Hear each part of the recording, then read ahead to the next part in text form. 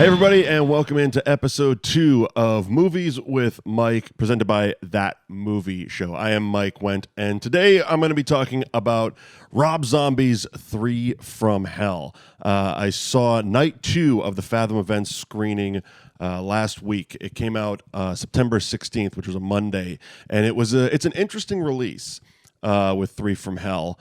It was released for 3 nights, Monday, Tuesday, Wednesday. And there was only one screening per night. So the first night, I believe people got an introduction from Rob Zombie and a commemorative poster. The second night, Tuesday night, which I went to, you got 3 from Hell, and you got 30 minutes of a behind the scenes documentary. More on that in a little bit. And then night 3 was a double feature of the Devil's Rejects and 3 from Hell, which was a really cool. I really wish I could have gone to that one, but scheduling was what it was. It was more important for me just to see the movie than to go to the double feature. But it's really cool because it did so well. The movie only had a budget of $3 million, and in just those 3 nights, it made back $2 million and had such a demand for people wanting to buy tickets that Fathom Events has decided to release it for one more night. It's going to be October 14th, which is a Monday night. It's the night before 3 from Hell gets released on Blu-ray and DVD and on demand. And all. Basically, it's a day before you can buy it and put it in your homes and watch it in your homes. It's an interesting way to release a movie. And in 2019, we're seeing a lot of different ways people are releasing movies.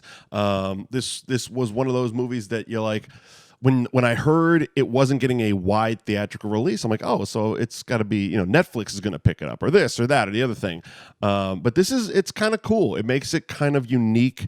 For those of us who are diehard fans of the series of movies, of course, House of a Thousand Corpses, The Devil's Rejects, and now 3 from Hell, it's really cool, and it stimulates that demand for it.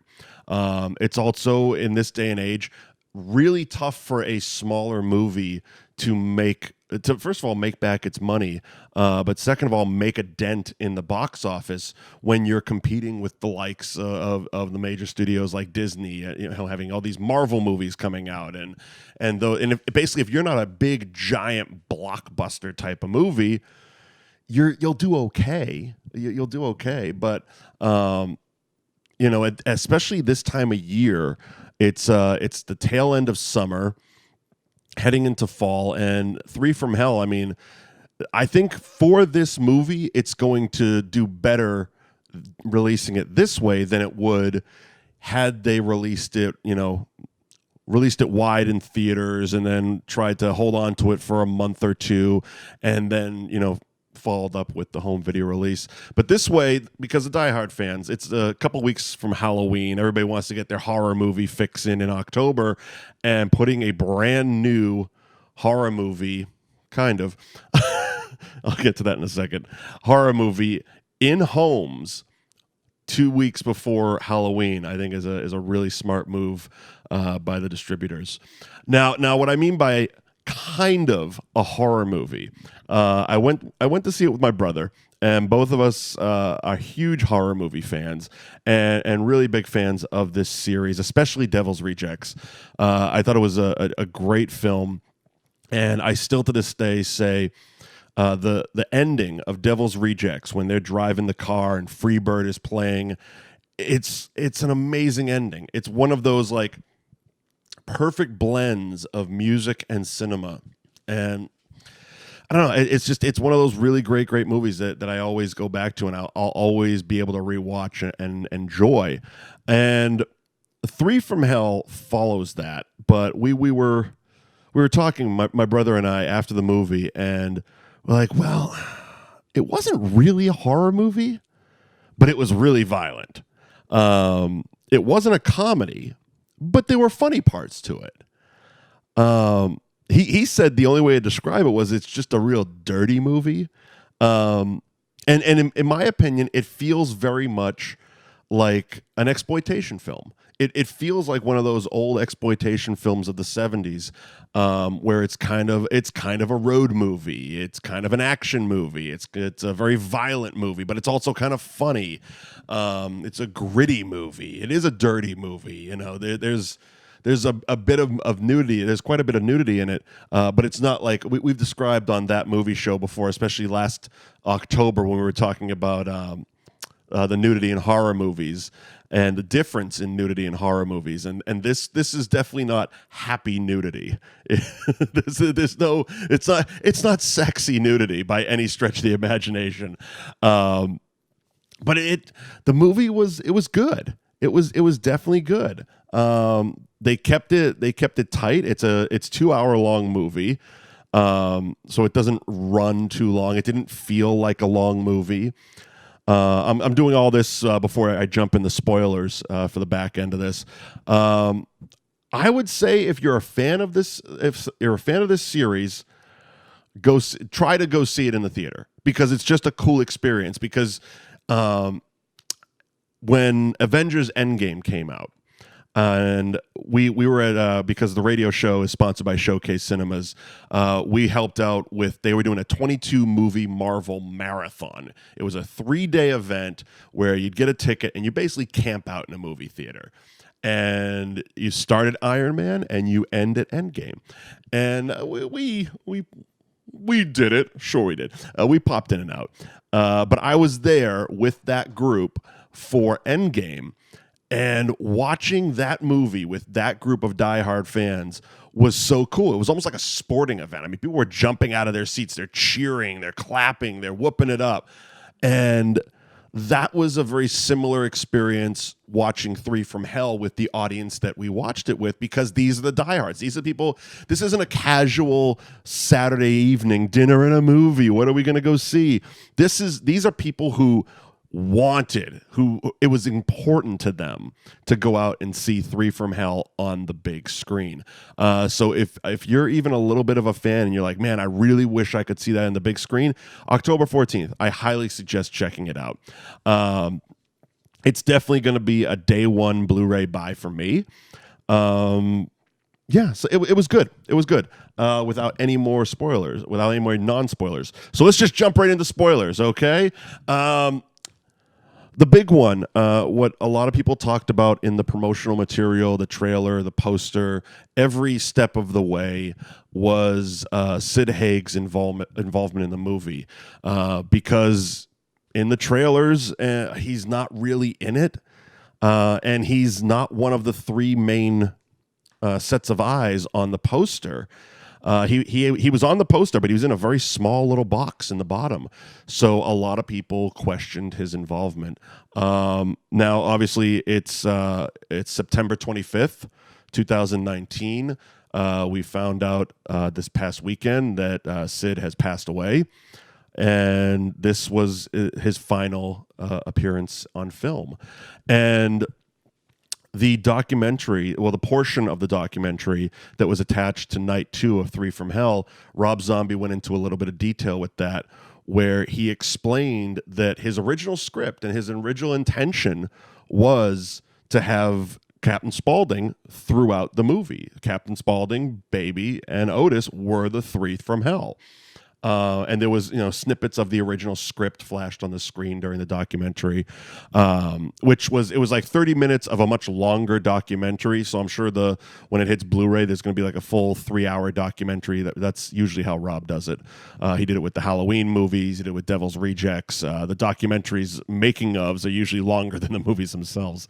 But he explained that 2 or 3 weeks before filming started, he met with Sid, and Sid basically expressed to him that he couldn't go through all this. So they did some rewrites, and they still tried to keep Captain Spaulding in the movie throughout, but have him, minimal physicality, et cetera, et cetera, et cetera.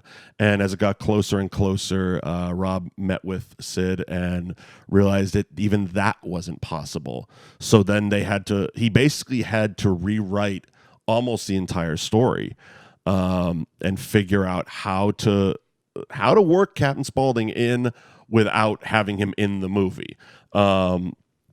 The way they did it, and this was all by necessity. When you watch the movie, you can see it doesn't look like the Captain Spaulding that we knew 15 years ago in Devil's Rejects. Sid is 80 years old. You know, he's been playing Captain Spaulding for 20 years since they filmed House of a Thousand Corpses back in late 1999. So you can see it in his face, and you can hear it in his voice, that he was fighting something, obviously, and it's sad now looking back on it. It's one of those things, like I remember when I saw Rogue One in theaters, and I came out of the theaters, I sat down in my car and opened up my phone, and immediately it was all the stories that Carrie Fisher had passed, and it's like, wow, because they had done the digital de-aging of her character, and she was the last shot of Rogue One, and now with Sid passing and Three from Hell, it's similar to that. It's different but similar.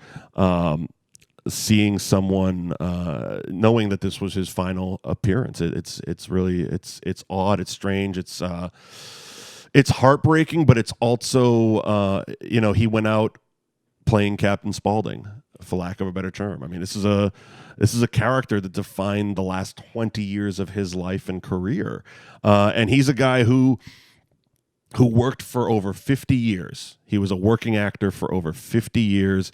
He has almost 150 film credits. He's been doing it since, Gunsmoke back in the day. The original Star Trek he was on. He was on Mission Impossible TV show. And of course, all the old blaxploitation movies, Coffee, Foxy Brown, Black Mama, White Mama, the movies with Pam Grier and Jack Hill, of course. And then he basically retired for a while. And then these young film geek directors known as Quentin Tarantino and Rob Zombie were like, hey, let's put Sid Haig in a movie. And he was in Jackie Brown, and he was in Kill Bill Volume 2. And then he was in House of a Thousand Corpses and Devil's Rejects. And now he's once again a rejuvenated icon, especially in the horror community. And he was traveling conventions with Bill Moseley, which in the documentary for Three from Hell, the two of them sit there and they talk about for a little while how the two of them travel together on the road doing these conventions. And it's a bittersweet type of thing. But let me jump into the movie, because as much as I could do another 2 hours on Sid Haig, but that's not what this type of show is about. We're talking about the movie Three from Hell. So they open up the movie, and it's really cool. It's like it's definitely an homage to the Manson documentaries, where it's basically a documentary within a movie of the Devil's Rejects. And how did they come back to life, you ask? Because they died in the end of Devil's Rejects. Well, they're hurled into the hospital on gurneys, all shot to shit. Over 20 bullet holes apiece, but you know what? They missed every vital organ, and they're in comas for a while, and then they go on trial, and it was well done. They're not mythical superheroes. They're not Michael Myers. They're not Jason or any of that stuff. Rob brought them back in as realistic of a way as you can bring three characters back that ended the last movie getting shot with about 80 bullets into them. But they're painted as the most deadly human beings alive. And the reason I'm really emphasizing that, I'll tell you in a second. So they go through the trial, and this was a really cool part. Seeing them do the documentary thing, and interviewing people on the street, saying the free to three, and they became pop culture icons, if you will. Definitely reminiscent of those Manson documentaries. Very quickly, we get interviews with all three. Well, we get interviews with Otis and Captain Spaulding. And the Captain Spaulding interview is the only scene that Sid Haig was in. He did one day. And then cut to a voiceover over the documentary that Captain Spaulding was sentenced to death by lethal injection, and it was all done off camera, which says something about how sick at the time Sid actually was, that they had to even do that off camera. So Baby is sent to solitary confinement, and Otis is, I guess, on death row, kind of, but not really, because all of a sudden he's in the back of an open-air pickup truck. He's sitting across from Danny Trejo. They have a little "I remember you" from the last movie moment, and then they're working on a chain gang. They're digging a ditch out in the desert somewhere. Now, remember, I said that they were painted in the opening moments of this movie as the deadliest people alive. You wouldn't put that guy out on a chain gang. You wouldn't put that guy in the back of a pickup truck. I mean, he would be Hannibal Lecter. He would be buried in the deepest, darkest, windowless cell imaginable. But it's a movie and he needs to escape, so he does. Richard Brake shows up as Otis's long-lost half-brother or something like that. The Midnight Werewolf. A lot of howling. That's the only one I'm going to do. A lot of howling in this movie.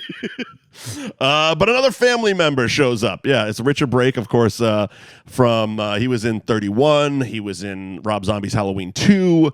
Just he's a good actor. He's a creepy motherfucker, I'll tell you that much. And he helps Otis escape. So they escape and they're on the run. There's the manhunt thing happening.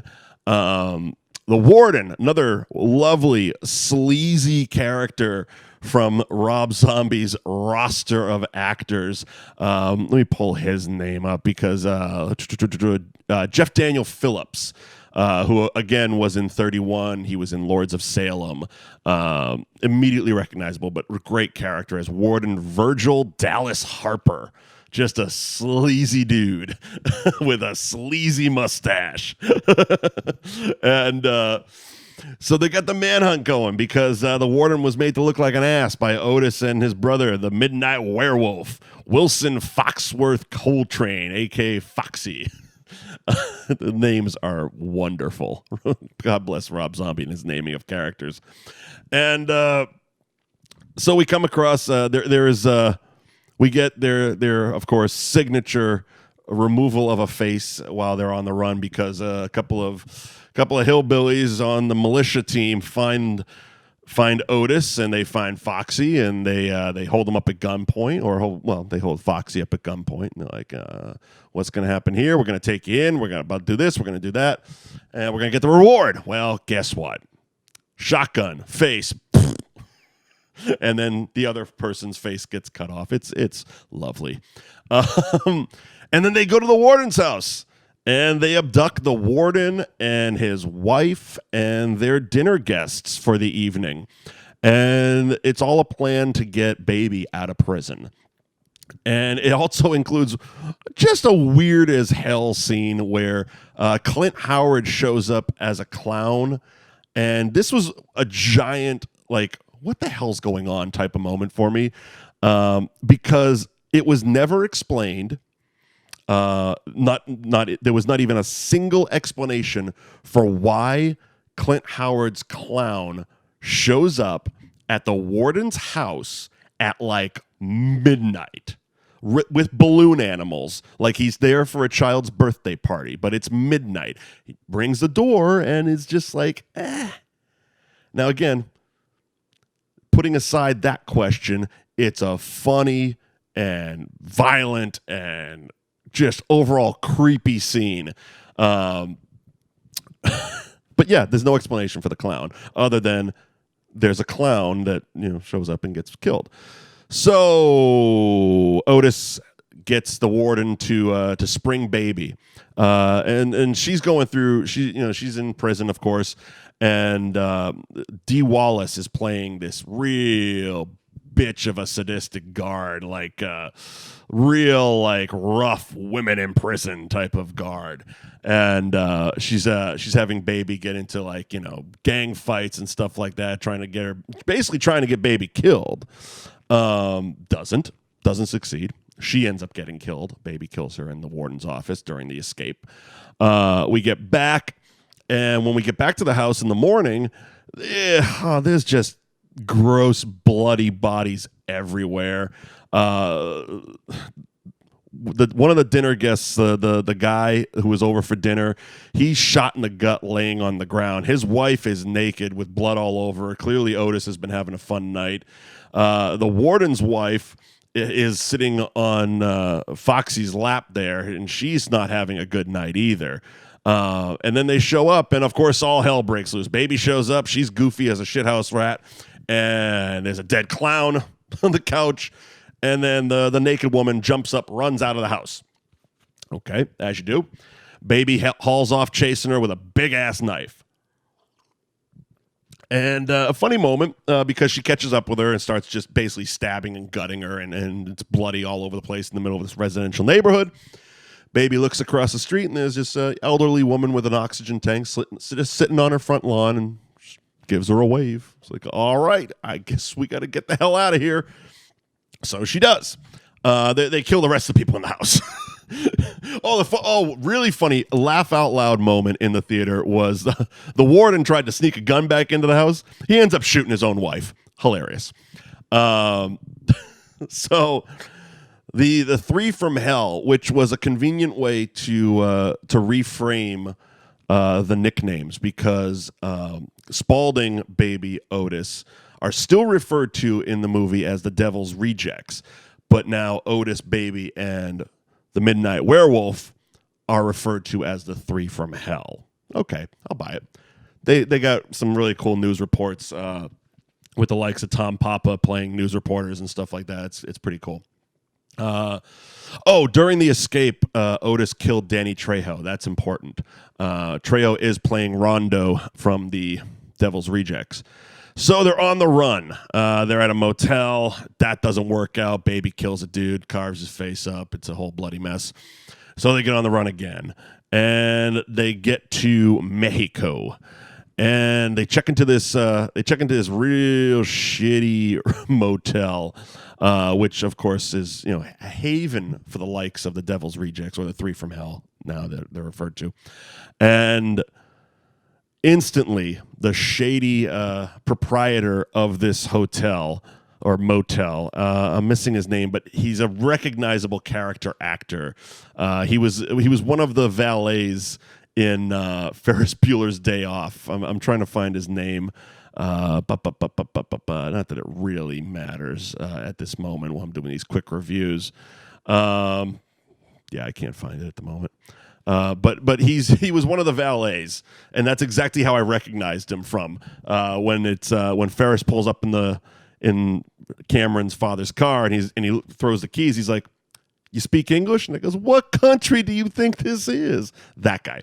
So he runs the motel, and he immediately calls Emilio Rivera, of course, from Sons of Anarchy and Mayans, and he's like, "Hey, you know those guys that killed your father? I got them here."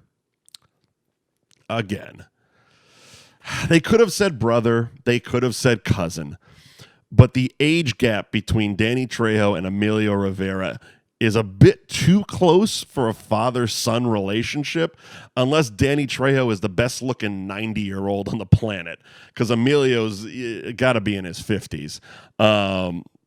But anyway, that's his dad. So Emilio gets his gang of luchador masked wearing white suit motherfuckers, and they're gonna storm the motel. And we get kind of a throwback to the Charlie Altamont brothel party night scene, where it's all kind of psychedelic, and they're banging whores, and they're getting drunk, and they're doing drugs, and it's weirdly shot with all kinds of color lights. It looks like an old White Zombie music video. And the morning after, they're awoken to the motel being stormed by Emilio Rivera and his gang of hoods. So Baby is really cool in this scene, because she's basically taking them all out with a bow and arrow, wearing a full-on Indian headdress. It's really pretty cool.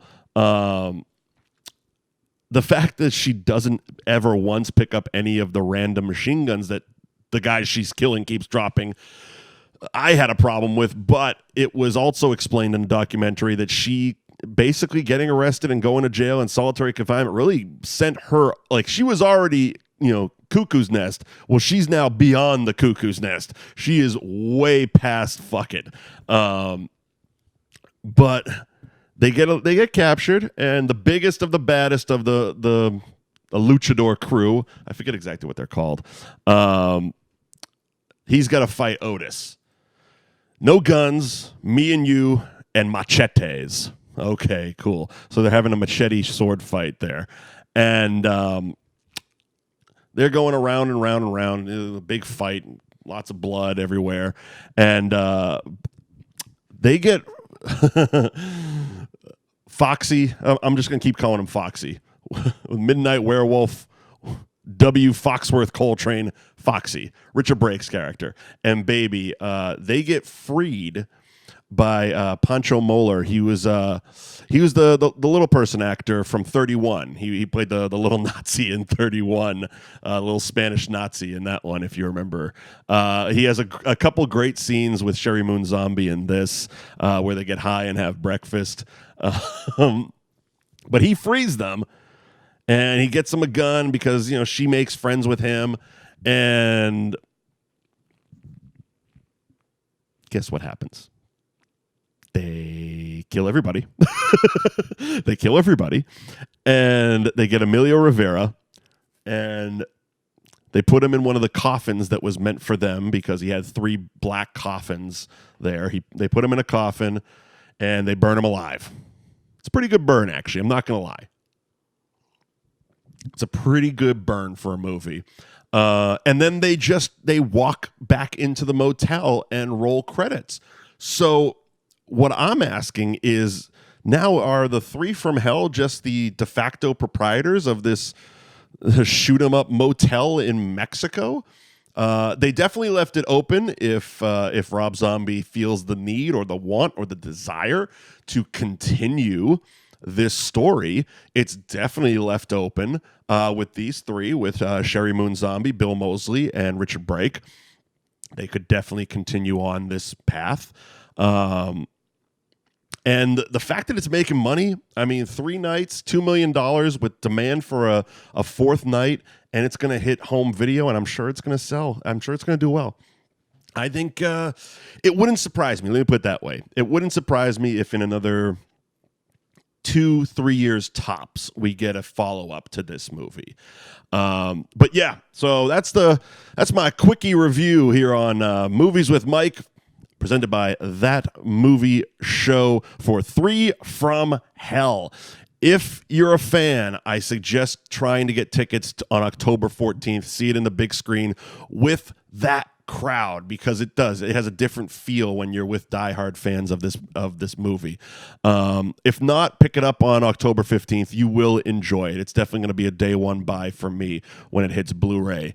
What do we got coming up on the show? We got Dawn of the Dead dropping on Monday. So be sure to tell your friends to subscribe to any and all audio feeds, because not only do you get the main show, which on Monday will be the 40th anniversary of Dawn of the Dead, you get the radio show presented by Showcase Cinemas on Saturday mornings. Then you get the Movies with Mike reviews, such as this one with 3 from Hell, plus Eddie's entertainment reviews, which he did Rambo Last Blood last week. I'm not sure what his second one is going to be, but I'm sure it will be dropping soon. Follow us on social media at Mike Wendt, at the Eddie McCabe, hashtag That Movie Show. The Facebook is facebook.com/That Movie Show TV. And let us know what you want us to review, whether it's on Movies with Mike, whether it's on Eddie's Entertainment, whether it's on the main show, whether it's a watch along. If you think something's that shitty that we need to sit there and watch it live, let us know on all forms of social media. And we'll see you next time. Remember, Monday, 40th anniversary, Dawn of the Dead. Do not miss it. See ya.